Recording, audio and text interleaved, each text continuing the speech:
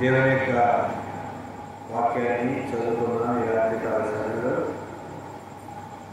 మత్తయి సువార్త 6వ అధ్యాయం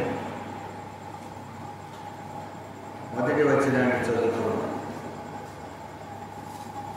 మత్తయి సువార్త 6వ అధ్యాయము మొదటి వచనం చదవండి.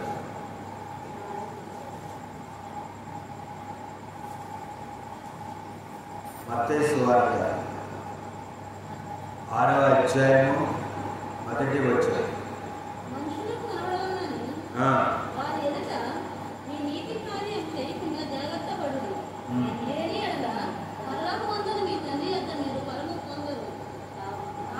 చాలు. ఈ రాత్రి మన యొక్క వాక్య అంశం ఏంటంటే, ఈ యొక్క బైబిల్ స్టడీ సంఘ ప్రార్థన కూడికలో మన యొక్క వాక్యాంశం ఏంటంటే, మనుషులకు కనపడవాలని. ఎవరు కనపడాలని? మనుషులు కనపడాలి. ప్రభు అయినటువంటి యేసుక్రీస్తు వారు మొట్టమొదటిగా ఆయన కొండ మీద చేసినటువంటి ప్రసంగం.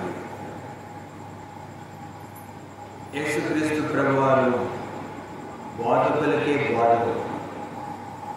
హెబ్రీ భాషలో రబ్బూని అని ఆయనను మగ్దలేని మరే పిలిచింది. రబ్బీ అంటే బోధకుడు, రబ్బూని అంటే బోధకులకే బోధకుడు. యేసుక్రీస్తు ప్రభు బోధకులకే బోధకుడు కనుక బోధకులకే బోధకుడైనటువంటి యేసుక్రీస్తు ప్రభు మొట్టమొదటిసారిగా కొండ మీద చేసినటువంటి బోధ మత్తయి సువార్త 5వ అధ్యాయం, 6వ అధ్యాయం, 7వ అధ్యాయం 3 అధ్యాయాలు కలిపి ఒకే ఒక బోధ. యేసుక్రీస్తు ప్రభువారు శరీరధారిగా ఉన్నటువంటి దినాల్లో బోధకులు ఉండేవారు. ఆనాడు సమాజ మందిరాలు యూదులు, అక్కడ రబ్బీలు బోధించేవారు. అదేవిధంగా సమాజంలో ఎవరు ఉండేవారంటే పరిశీలన. రాజుల దగ్గర రాజకీయంగా ఎవరు ఉండేవాళ్ళంటే అక్కడ యాజకులు. అదేవిధంగా పాత నిబంధన గ్రంథంలో ఉన్నటువంటి వచనాలు రాసేటటువంటి శాస్త్రులు, పరిసయ్యులు, ప్రధాన యాజకులు, సద్దుకయ్యులు వాళ్ళు ఉండేవారు. వీళ్ళు ఏం చేసేవాళ్ళంటే చెప్పేవారు.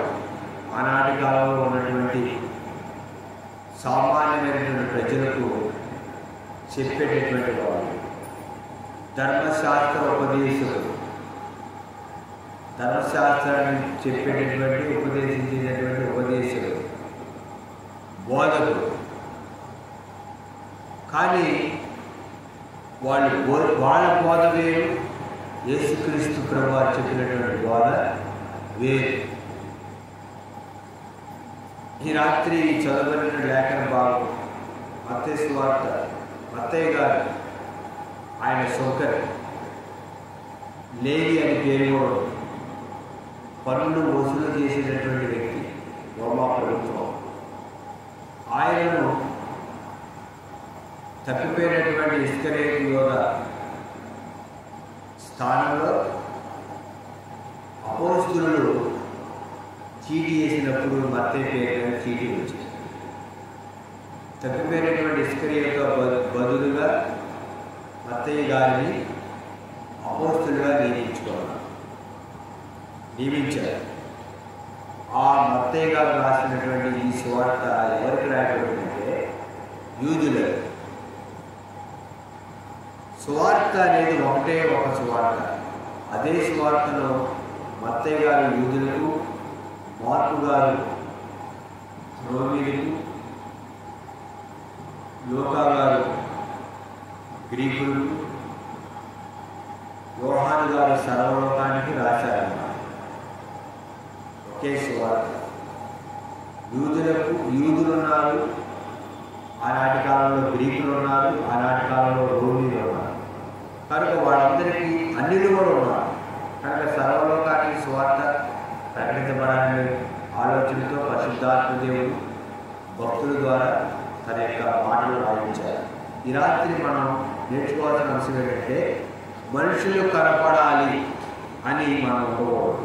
మనుషులు కనపడవలనని వారి ఎదుట మీ నీతి కార్యం చేయకుండా జాగ్రత్త పడుడి. యేసుక్రీస్తు ప్రభువు చెప్పినటువంటి మాట, మనుషులకు కనపడాలి అని నీతి కార్యము చేయకుండా జాగ్రత్త పడాలి. మనుషులు కనపడాలని నీతి కార్యం చేయకుండా జాగ్రత్త పడాలి. మనుషులు కనపడాలి అని నీవు నీతి కార్యం చేసావంటే ఏమిటి ఆ నీతి కార్యం అనేది తర్వాత మనం తెలుసుకోవాలి. మనుషులకు కనపడాలి అని నీవు నీతి కార్యం చేసావంటే పరలోకమందున్నటువంటి నీ తండ్రి దగ్గర నీవు ప్రతిఫలం అనేది పొందవు. అందుకని ప్రభువు చెప్పారు, పరలోకమందున మీ తండ్రి యొక్క మీరు ఫలం పొందరు. మనుషులు కనపడాలి. కానుక పెట్టిలో కానుకలు వేస్తూ ఉన్నారు అందరూ. ఎవరు కనపడాలి?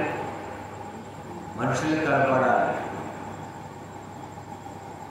కానీ పేద విధవరాలు కానుకేసింది. ఎవరు కనపడాలని?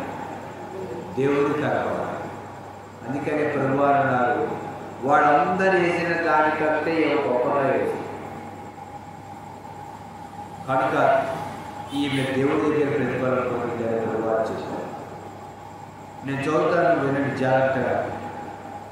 2వ వచనం, కావున నీవు ధర్మం చేయనప్పుడు మనుషుల వలన ఘనతనున్నవరని వేషధారులు సమాజ మందిరములలోను వీధుల్లోనూ చేయలాగరా మీ ముందర బోర పొందుకోవద్దు. వారు తమ ఫలం పొంది ఉన్నారని నిశ్చయంగా మీతో చెబుతున్నాను.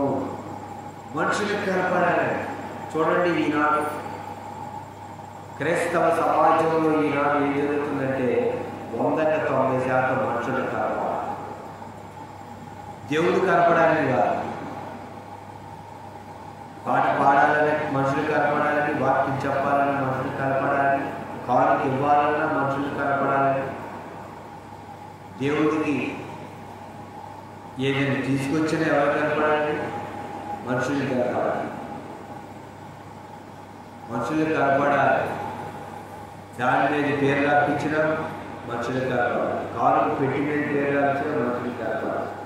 పులిపేటి మీద పేరు రాపించిన మనుషులు కనపడాలి. తలుపుల మీద పేరు రాపించిన మనుషులు కనపడాలి. కుర్చీల మీద పేరు రాపించిన మనుషులు కనపడాలి. అడుగడుగునా పేర్లు. ఎవరు కనపడాలి? ఫలానా ఫలానా వాళ్ళ జ్ఞాపకార్థం, వాళ్ళ జ్ఞాపకార్థం, ఏడు జ్ఞాపకార్థం, వాళ్ళ జ్ఞాపకాలతో ఏడు జ్ఞాపకార్థం మనుషులు జ్ఞాపకం ఉంచుకోవాలి రాయిస్తున్నారు. కానీ దేవుడు జ్ఞాపకం ఉంచుకోవాలి. దేవుడి దగ్గర ప్రతిఫలం పొందాలని కాదు.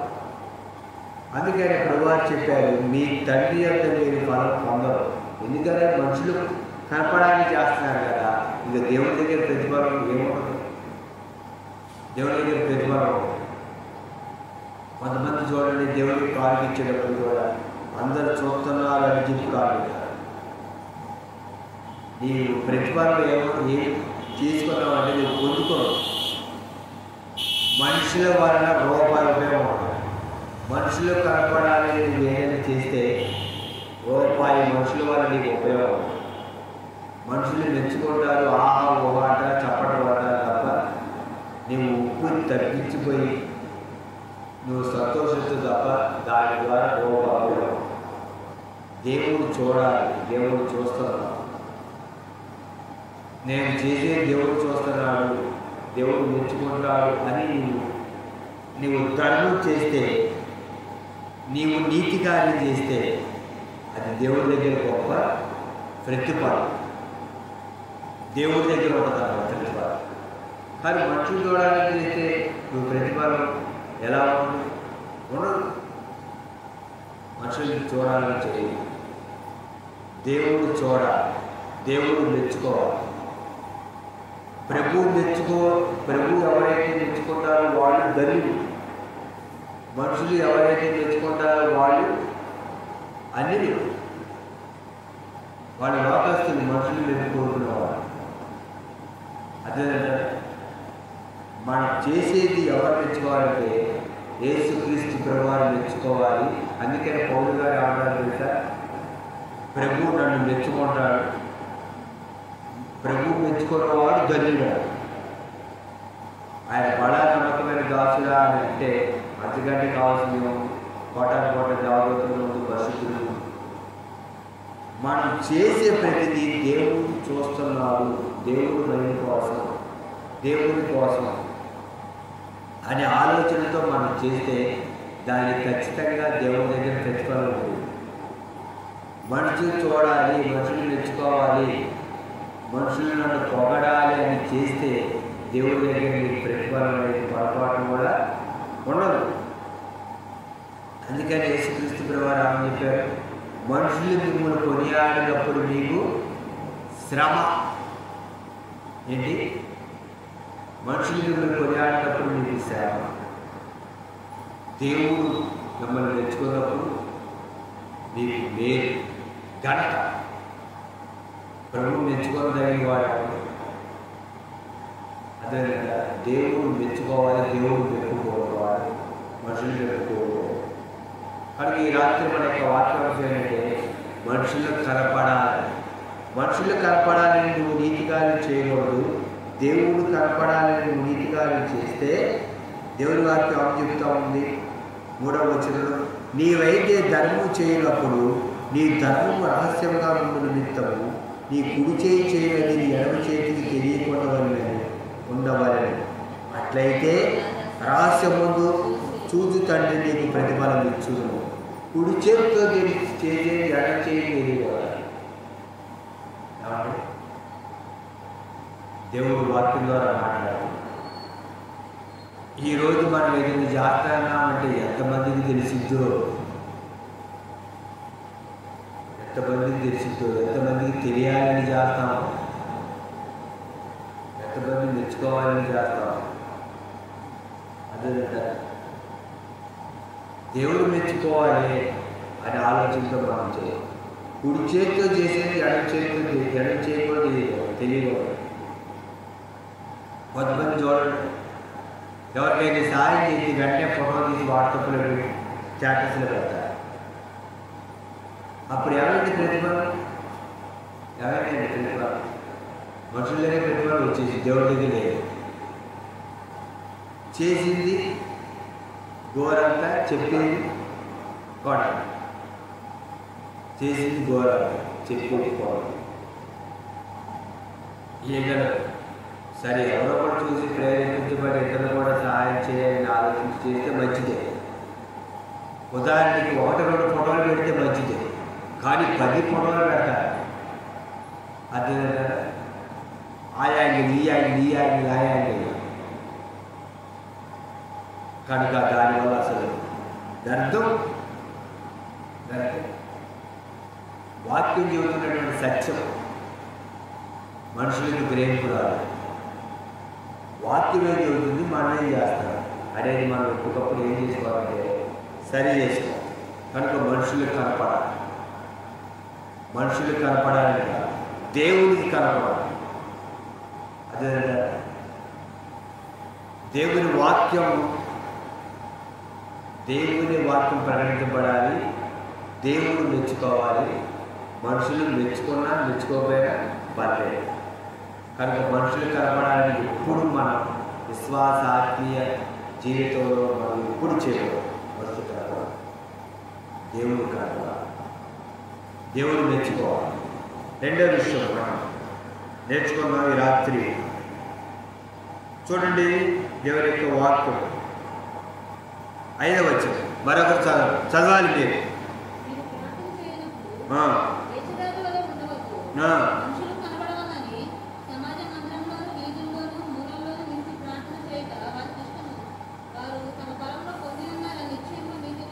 చాలు. రెండో విషయం, మొట్టమొదటి విషయం ఏంటంటే మనుషులకు కనపడాలని నీతి కార్యం చేయకూడదు, ధర్మ కార్యం చేయకూడదు. మనుషులు కనపడాలని, సమాజంలో ఉన్నటువంటి వారు మనుషులు కనపడాలని చేస్తారు. మరి ప్రభువుని అంగీకరించినటువంటి మనం కూడా మనుషులు కనపడాలని చేస్తే ఎట్లా? దేవుడు కనపడాలి, దేవుడు మెచ్చుకోవాలి. రెండో విషయం, మరియు మీరు ప్రార్థన చేయనప్పుడు వేషధారుల వలె ఉండవద్దు, మనుషులు కనపడవలనని సమాజ మందిరంలోనూ వీధుల మూలలోనూ నిలిచి ప్రార్థన చేయడం వారికి ఇష్టము. ఎవరికి ఇష్టం అంటే శాస్త్రులు, పరిచయం ఉన్నారు. యేసుక్రీస్తు ప్రభువారి శరీరధారి ఉన్నటువంటి జనాలు పరిచయం ఉన్నారు. ఆ పరిచయకి ఏంటంటే ఇష్టం. ఏమిటి వాళ్ళకి ఇష్టం? మనుషులు కనపడాలి అని సమాజ మందిరంలోనూ వీధుల్లోనూ నిలిచి ప్రార్థన చేయడం వారికి ఇష్టం. అదే సమాజ మందిరాలలో, వీధులలో, మూలలలో, సంత వీధులలో నిలబడి ప్రార్థన చేయడం వారికి ఇష్టం. చేయవలసినటువంటి అవసరం అయితే చేయొచ్చు, కానీ ప్రత్యేకించి ఏంటి? అదే అందుకని ప్రభువారు ఏమని చెప్పారు? నిశ్చయముగా మీతో చెబుతున్నాను, వారు తమ ఫలం పొంది ఉన్నారు. వారు తమ ఫలం పొందారు, వారు తమ యొక్క ఫలాన్ని పొందుకున్నారు. ఎందుకంటే వారు ఎవరు కనపడాలని ప్రార్థన చేస్తున్నారు? ఎవరు కనపడాలి? మనుషులు. ఎవరు కనపడాలి? మనుషులు. ఈ పరిశీలన ఏం చేసేవారంటే సత్యవేదిలో ప్రార్థన చేసేవారు. ఈనాడు కూడా ఆధునిక పరిశీలన ఉన్నారు. అందరూ చూస్తున్నారని ప్రార్థన చేస్తారు. అదే అందరూ చూడాలి, అందరూ మెచ్చుకోవాలి, అందరూ పొగడాలి, మేము ప్రార్థనా పరులు అని అనుకోవాలి. ఆనాడు పరిస్థితి కూడా అంతే. వాళ్ళు వస్తూ ఉంటే అయ్యగారు ప్రార్థనా పరులు అనుకునేవాళ్ళు ప్రజలు. ఈనాడు అలాగే ఉంది పరిస్థితి. అదే దేవుడు కనపడాలి. కొంతమంది మైకులు చూడండి ప్రార్థన చేస్తూ ఉంటారు. అందరికీ తెలియాలి, అయ్యగారు ప్రార్థన చేస్తున్న విషయం అందరికీ తెలియాలి. మరి దేవుడికి తెలియదు. ఎవరికి తెలియాలి? దేవుడికి తెలియాలి. మరి దేవుడికి ఎప్పుడు తెలిసింది? మనుషుడికి తెలిస్తే. అదే గంటలు మైకుల్లో ప్రార్థన చేస్తారు. ఏం ఉపయోగం అండి? మనుషులు తెచ్చుకోవాలి, మనుషులు పొగడాలి. అమ్మ అయ్యగారు చూడండి నచ్చేది ప్రార్థన చేస్తారు, విశ్వాసంలో నచ్చేది ప్రార్థన చేస్తున్నారు. కొంతమంది వాక్యం చెప్తా ఉంటే అందరు వాక్యం వింటామంటే అప్పుడే వచ్చి అందరి ముందు వాకాలు వేసి చేతులు పైకి ఎత్తి అప్పుడు ప్రార్థన చేస్తారు. అప్పుడు వాక్యం వింటున్న వాళ్ళందరూ ఎడుతారు ఆకిళ్ళు. ఏం ప్రార్థన, ఏం భక్తి? యేసుక్రీస్తు ప్రభువారు చెప్పింది అది కాదు. వినండి, నీవు ప్రార్థన చేయనప్పుడు నీ గదిలోకి వెళ్ళి తలుపు వేసి రహస్యమందున నీ తండ్రికి ప్రార్థన చేయి. అప్పుడు రహస్యమందు చూసి నీ తండ్రి నీకు ప్రతిఫలం ఇచ్చును. ఎవరిస్తారు ప్రతిఫలం? రహస్యమందు చూసే తండ్రి నీకు ప్రతిఫలం ఇస్తారు. నీవు ప్రార్థన చేయాలంటే మనుషులు కనపడాలని కాదు, యేసుక్రీస్తు ప్రభువు కనపడాలి. మరియు నీవు ప్రార్థన చేయనప్పుడు అన్యజనుల వలె వ్యర్థమైన మాటలు వచ్చిపోవద్దు. విస్తరించి మాట్లాడటం వల్ల తమ మనవి వినపడునని వారు తలంచుచున్నారు. విస్తరించి మాట్లాడాలి. ప్రార్థన అంటే వల్లించడం కాదు, హృదయ అంతరంగాల్లోకి వచ్చేదే నిజమైనటువంటి ప్రార్థన. అన్నా చేసినటువంటి ప్రార్థన కన్యలతో నేను యెహోవా సన్నిధిని ఆత్మను కుమ్మరించుచున్నానని అన్నా చేసినటువంటి ప్రార్థన యథార్థమైనటువంటి ప్రార్థన. అది దేవుడు చూడాలనేటువంటి ప్రార్థన. ఏలి దేవుని మందిరం ఏంటమ్మా షిలోహు ప్రార్థనా మందిరం ఏలీ గారు ఏమన్నారు? ఏంటమ్మా తాగి వచ్చేవా అన్నారు. నేను నా ఆత్మను యెహోవా సన్నిధిలో కుమ్మరిస్తున్నానని ప్రార్థించింది అన్న యథార్థ ప్రార్థన. రహస్యమున్నటువంటి చూసి తండ్రికి వరపెట్టాలి. నువ్వు ప్రార్థన చేసేటప్పుడు అన్ని జనులు వలె నువ్వు ఉచ్చరింపకూడదు. అన్ని జనుల వలె వ్యర్థమైన మాటలు వచ్చిపోవద్దు. అన్ని జనులాగా విస్తరించి మాట్లాడటం వల్ల తమ మనవి వినపడనని వారు తలుస్తున్నారు. చూడండి, కొంతమంది ప్రార్థన చేయమంటే ఎప్పుడు చరిత్రలో జరిగినటువంటి విషయాలు కూడా చెప్పుకుంటూ వస్తారు. చరిత్ర అంటే ఇక్కడ కాని చరిత్ర. దేవుడు భూత వర్తమాన భవిష్యత్తు కాలం ఎరిగినవాడు. అదే రేపు ఏం జరిగిందో దేవుడు తెలుసు. ఒక గంట తర్వాత ఏం జరిగిందో దేవుడికి తెలుసు. ఎందుకంటే భూత వర్తమాన భవిష్యత్తు కాలాలను ఒకే రీతిగా ఒకే సమయంలో ఏకరీతిగా చూడగలిగినటువంటి దేవుడు, మనం ఆరాధించేటటువంటి యేసుక్రీస్తు ప్రభువారు ప్రపంచమంతా ఒకేసారి చూస్తున్నాడు. రేపేం జరిగిందో నీకు తెలియదు, నాకు తెలియదు, కానీ దేవుడు తెలుసు. ఎందుకంటే ఆయన కాలాతీతుడు. మన కాలంలో ఉన్నవాడు ఆయన కాలానికి బయట ఉన్నవాడు, ఆయనకు అన్నీ తెలుసు. కానీ ఆయన ప్రత్యేకంగా మనమే ఫీడ్బ్యాక్ ఇవ్వవసరం, లేకపోతే ప్రత్యేకంగా అయ్యా జరిగిందయ్యా అని ఆయన చెప్పవసరం. కాబట్టి దేవుడు మర్చిపోతాడా? దేవుడు జ్ఞాపకశక్తి తక్కువ, గుర్తుంచుకోవడం. మళ్ళీ మనం ప్రత్యేకంగా ఆయన చెప్పాలి. అదే కొంతమంది ప్రార్థనలు చేసేటువంటి పొరపాటు ఏంటంటే, వినండి, దేవుడికి వాక్యం చెప్తారండి. నిజం, నేను చాలాసార్లు నా సేవలో చాలాసార్లు నేను చూశాను. దేవుడికి వాక్యం చెబుతారు, దేవుడి వాక్యం తెలియాలి. వాక్యమే దేవుడు కదా, మళ్ళీ ఆయన వాక్యం చెప్పబెట్టి అయ్యా పలానా కీర్తన గ్రంథం 22 అధ్యాయాలు 4 వచనం ఈ వాక్యం ఉంది ప్రభు అంటారు. అంటే దేవుడికి వాక్యం తెలియదు, ఆయన మర్చిపోయేది మనం గుర్తు చేస్తేనే ఆయన గుర్తుంచుకుంటున్నారు. ఇది విస్తరించి మాట్లాడటం వల్ల తమ మనం పొంది ఉన్నారు, అన్ని జనుల వల్ల విస్తరించి మాట్లాడటం అంటే ఇదే. అర్థమైంది కదా? అన్ని జనులు యేసుక్రీస్తు ప్రభువు చెప్పింది ఏంటి అక్కడ దేవుని యొక్క వాక్యంలో? అన్ని జనుల వల్ల అర్థమైన మాటలు వచ్చింపవద్దు, అన్ని జనులకు అర్థమైన మాటలు వచ్చింపవద్దు, విస్తరించి మాట్లాడటం వల్ల తమ మనవి వినబడునని వారు తలంచుచున్నారు. తమ మనవి వినబడాలి. కొన్నిసార్లు మనం అంటే కదా వాడుకు బాటలు, నేను చెప్పేది నీకు వినపడదా? వినపడలేదు, కొంచెం గట్టి చెప్తే అంటున్నాను అంటే వినపడట్లేదు. ఏదో అంటే వినపడలేదు, కొంచెం గట్టి చెప్పాలి. దేవుడికి వినపడదా? మనం అంతరంగంలో ప్రార్థన చేసినా దేవుడికి వినపడదు. అరిసి గట్టి గట్టికి ప్రార్థన చేస్తేనే, కొంతమంది ప్రార్థన చేస్తే పక్కన వాళ్ళు హార్ట్ అటాక్ వచ్చి చచ్చిపోయేటట్టు ప్రార్థన చేస్తారు గట్టి గట్టిగా. కొంతమంది ప్రార్థన చేస్తారు, ప్రభువా నువ్వు చెయ్యి, గద్దెత్తారు దేవుడు, చెయ్యి అంటారు. చెయ్యి. దేవుడి దగ్గర ప్రార్థన చేసినప్పుడు ఎంత వినయంగా ఎంత భక్తిగా ప్రార్థన చేయాలి. ఒక కలెక్టర్ గారితో మాట్లాడతాం అనుకో, నువ్వు ఎలా మాట్లాడతావు? కలెక్టర్ గారితో మాట్లాడేటప్పుడు కలెక్టర్ గారు అజ్జయ్ విజ్జయ్ అట్లా పక్కన సెక్యూరిటీ గారు బయట తీసుకెళ్ళి లోపలికి పబ్లి బాబా అంటారు. దేవుడితో మాట్లాడినప్పుడు ఎంత మర్యాదగా మాట్లాడాలి.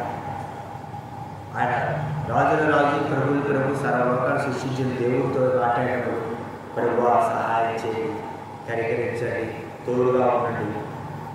కొంతమంది ప్రార్థన చేస్తే నాకు అసలు ఒళ్ళు మండిపోవాలి. ప్రభువా చెయ్యి, తోడుగు. ఆయన గద్దుతాడు దేవుడు. దేవుడితో ఆయన మనం మాట్లాడేది. ఒక వ్యక్తితో, ఒక గ్రామ అధికారితో మాట్లాడేటప్పుడు ఎంత వినయంగా మాట్లాడతాం, దేవుడితో మాట్లాడేటప్పుడు ఎంత మాట్లాడాలి. ప్రార్థన అంటే దేవుడితో మాట్లాడాలి. ఆయనతో మాట్లాడేటప్పుడు మనం చాలా జాగ్రత్తగా మాట్లాడాలి. ప్రభువా ఎందుకు చేయి, ఇప్పుడే చేయి, ఇప్పుడు చేసేయాలంటే దేవుడు కాసినంత చేతి ఆగుతుంది. అలాగంటే ఆయన ప్రార్థన చేసినప్పుడు దేవుడు మనుషులు కనపడాలని నీతి కార్యం చేయకూడదు, మనుషులు కనపడాలని ప్రార్థన చేయకూడదు. మూడో విషయం చెప్పి ముగించుకోవాలి. మూడో విషయం 16వ వచనం చదవండి. 16వ వచనం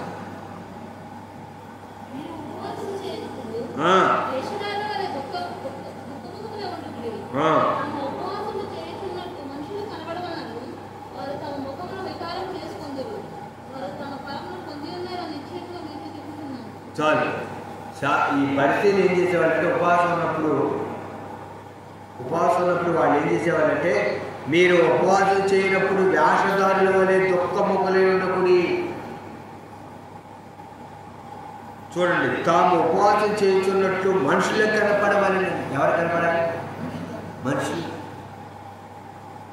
ఏమయ్య వాళ్ళ ఉపవాసమా అని ఎవరు అన్నంలోనే అవునండి ఉపవాసం. ఏంటమ్మా మా అట్లా తిరిగిపోయింది అన్నదా లేదా ఉపవాసం? అంటే నువ్వు ఉపవాసం ఉన్నావనే విషయం ఎవరికి అర్థమైంది? ఎవరికి అర్థమైంది? మనుషులకు అర్థమైంది. నువ్వు ఉపవాసం ఉన్న విషయం మనుషులకు అర్థమైనప్పుడు నీవు ప్రతిఫలాన్ని ఏం చేసుకున్నావు? దేవుని వాక్యం ఏం చెప్తుంది? వారు తమ పొలం పొంది ఉన్నారని నిశ్చయంగా మీతో చెప్తున్నారు. తమ పొలం పొందేశారు. ఇంక ఉపవాసం ఎంతమంది ఉపవాసం ఉన్నారు చేయొచ్చండి అని వాడిని గొప్ప చేయిస్తారు. ఎంతమంది ఉపవాసం తెలిసిపోయింది, పక్క వాళ్ళందరికీ తెలిసిపోయింది ఉపవాసం అవ్వాలి. నీ ప్రతిఫలం ఏమైపోయింది? నువ్వు పొందేసుకోవాలి. ఇక యేసు ప్రభు దగ్గర ప్రతిఫలం దేవుడి దగ్గర ఏమీ లేదు. అదేంటంటే కానీ దేవుడు చెప్తున్నటువంటి మాట ఏంటో తెలుసా? నీవు ఉపవాసం చేయించున్నప్పుడు చూడండి, దేవుని యొక్క వాక్యం ఏమైనా వ్యాపారం ఉంది. ఉపవాసం చేయనట్లు మనుషులు కనపడవని కాక రహస్యము 17 వచనం. ఉపవాసం చేయించున్నట్లు మనుషులు కనపడవలని కాక రహస్యమందున నీ కంటికి కనపడవలని నువ్వు ఉపవాసం చేయనప్పుడు నీ తలంటుకొని నీ ముఖం కడుక్కొను. అప్పుడు రహస్యమందు చూచి నీ తండ్రి నీకు ప్రతిఫలం ఇచ్చును. ఎప్పుడు? మనుషులు కనపడవలని కాక నీవు ఉపవాసం ఉన్నప్పుడు ఏం చేయాలంటే నీ ముఖం కడుక్కొని నీ తలంటుకొని ముంగడుకొని శుభ్రంగా మంచిగా ఎక్కడైనా ఫంక్షన్కి వెళ్ళేవాడు ఎట్టేస్తారండి, మంచి బట్టలు వేసుకొని మంచిగా హోటల్ ఒకసారి ఎలా ఉంది అని చెక్ చేసుకొని తీసుకోవాలి. దేవుడి తల్లి ప్రార్థన చేసేటప్పుడు కూడా, ఉపవాసం ప్రార్థన చేసేటప్పుడు కూడా అట్లా చేయాలి. దేవుని వాక్యం చెబుతున్నటువంటి సత్యమండి. కాలాలు మారినా తరాలు మారినా దేవుని యొక్క వాక్య ప్రమాణం, వాక్య సత్యం ఎప్పటికీ కూడా మారదు. 2024 సంవత్సరాల క్రితం నుండి ఇప్పటి వరకు భూమి ఉన్నంత కాలం ఎంత టెక్నాలజీ పెరిగినా కూడా వాక్య ప్రమాణం ఎప్పటికీ కూడా మారదు. ఎంతమంది దైవజనులు బోధించినా, ఎంతమంది విశ్వాసులైనా వాక్యమే ఈ వాక్యమే సత్యమని యేసుక్రీస్తు ప్రభువు చెప్పారు. కనుక ఈ రాత్రి దేవుడు మనకు వాక్యం ద్వారా చెబుతున్న విషయం ఏంటంటే, మనుషులకు కనపడాలని ధర్మం చేయొద్దు, నీతి కార్యం చేయొద్దు, మనుషులకు కనపడాలని ప్రార్థన చేయొద్దు, మనుషులకు కనపడాలని ఉపవాసం చేయొద్దు. దేవునికే కనపడాలి. దేవుడి సన్నిధిలోనే నువ్వు ప్రార్థించాలి. దేవుడి సన్నిధిలోనే ఉపవాసం, దేవుడి సన్నిధిలోనే నీవు ధర్మం చేయాలి. యేసుక్రీస్తు ప్రభువారు కుష్ఠరోగుని స్వస్థపరిచినప్పుడు ఏమని చెప్పారు? కుష్ఠరోగుని స్వస్థపరిచినప్పుడు మీరు వెళ్ళండి, కనపడేవాడు అందరికన్నా నేను కుష్ఠరోగం స్వస్థపరిచని చెప్పండి అన్నారా? ఏమన్నా చెప్పారు? మోషే నియమించినటువంటి కానుకలు వెళ్ళి కానుక పెట్టెలో వేసి దెక్కపల్లిలో అక్కడ దెయ్యం పట్టుకోండి దెయ్యం పట్టుకోండి స్వస్థపరిచిన ఈ గెరేసేన దేశంలో దెయ్యం పట్టుకోండి దెయ్యం పట్టుకోండి స్వస్థపరిచిన యేసుక్రీస్తు ప్రభువారు అని చెప్పారు. ఏం మాట్లాడుకోండి సైనికులు రా అని చెప్పారు. వాడే దెక్కపల్లిలో 10 గ్రామాలు యేసుక్రీస్తు ప్రభువు వచ్చాడు. ఆయన ధర్మం చేసినప్పుడు ఎవరికి చెప్పాలి? ఆయన రహస్యమందున తండ్రికి ప్రార్థన చేశారు. నేను 7-8 గంటలు ప్రార్థన చేస్తానని యేసుక్రీస్తు ప్రభువు చెప్పారు. ఈనాడు అసలు పరిస్థితి మారిపోయింది. అదే అయ్యగారు ఉన్నారండి, అయ్యగారు 5 గంటలు ప్రార్థన చేస్తానండి అయ్యగారు అని వీళ్ళు చెప్పడం, వాళ్ళు చెప్పడం. అయ్యగారు ప్రార్థన చేస్తారని మనుషులు తెలియాలి, దేవుడు తెలియాలి. ఇవన్నీ మనుషులు కనపడాలండి. ఈ చూడండి 40 రోజుల ఉపవాసం, 70 రోజుల ఉపవాసం, 100 రోజుల ఉపవాసం. ఎవరు కనపడాలి? 40 రోజుల ఉపవాస ప్రార్థన ముగింపు కూడిక అని పెద్ద ఫ్లెక్సీ చేసేస్తే అందరూ చేసేది 40 రోజుల ఉపవాసం. ఎవరు కనపడాలి? మనుషులు. 40 రోజులంటే, 70 రోజులంటే, 100 రోజులంట. ఎవరికి కనపడాలండి? మనుషులు కనపడాలి. దేవుడికే కనపడితే దేవుడి దగ్గర ప్రతిఫలం, మనుషులకు కనపడితే నీ ప్రతిఫలం అనేది లేదు. మనం ఎంత చేసినా ప్రతిఫలం లేదు. యేసుక్రీస్తు ప్రభువారు తండ్రికి కనపడాలి, తండ్రిని మెచ్చుకోవాలని ధర్మం నీతి కార్యం చేశాడు, తండ్రిని మెచ్చుకోవాలని ధర్మం చేశాడు, తండ్రికి రహస్యమందున ప్రార్థన చేశాడు, ఒలివ కొండకు వెళ్ళి రాత్రంతా ప్రార్థన చేశాడు. ఆయన 40 రోజులు ఉపవాసం ఉన్నారు. ఎక్కడున్నాడు ఉపవాసం? ఎక్కడున్నాడు యేసుక్రీస్తు ప్రభు ఉపవాసం? ఎక్కడ ఉన్నారండి? యేసుక్రీస్తు ప్రభు ఉపవాసం ఉన్నారు. ఎక్కడ ఉన్నారు అమ్మా? చెప్పమ్మా, ఎక్కడమ్మా?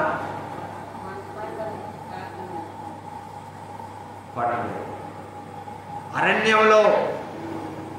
ఎక్కడ? అరణ్యంలో. ఎవరు జనాభా ఉంటారా? చూస్తారా ఎవరు ఉపవాసం ఉన్నారు? యేసుక్రీస్తు వారు 40 రోజులు ఉపవాసం ఉన్నారు. పరిశుద్ధాత్మ దేవుడు ఆయనను మత్తయి ఉంటుంది. పరిశుద్ధాత్మ దేవుడు ఎప్పుడైతే బాప్తిసం తీసుకున్నారో యేసుక్రీస్తు ప్రభువారిని ఉపవాసం చేయడానికి ఆయన అరణ్యానికి తీసుకొని వెళ్ళారు. అదే కదా. కనుక ఈ రాత్రి దేవుడు వాక్యం ద్వారా మాట్లాడుతున్నారు. దేవుడిని కనపడాలి. నేనున్నానండి, ఉదాహరణ ఎగ్జాంపుల్, నేనున్నానండి, దేవుడిని సేవ చేస్తాను. ఎవరు కనపడాలి? దేవుడు కనపడాలి, దేవుడు మెచ్చుకోవాలి. అదే కదా. దేవుడి వాక్యం ప్రకటిస్తున్నాయి. ఎవరి కోసం? ప్రభు కోసం. ప్రభు పని జరగాలి, అనేకులు నీరు పొందాలి. ప్రభు కోసం, మనుషుల కోసం కాదు. దేవుడు మెచ్చుకుంటే చాలు. నిన్ను నన్ను రేపు పరలోకంలో దేవుడు బడా నమ్మకమైన మంచి దాసురాలని మెచ్చుకుంటే అంతకంటే ఏం కావాలి? అది గోల్డ్ మెడల్ కంటే గొప్పది. కనుక దేవుడు కనపడేటట్టు మనం ఏదైనా చాలు. ప్రార్థనే కానీ, ఉపవాస ప్రార్థనే కానీ, ధర్మకార్యం కానీ. కనుక ఈ రాత్రి ప్రభు మన కొరకు తను తాను అర్పించుకున్నాడు. రక్తం గార్చాడు, ప్రాణం పెట్టాడు.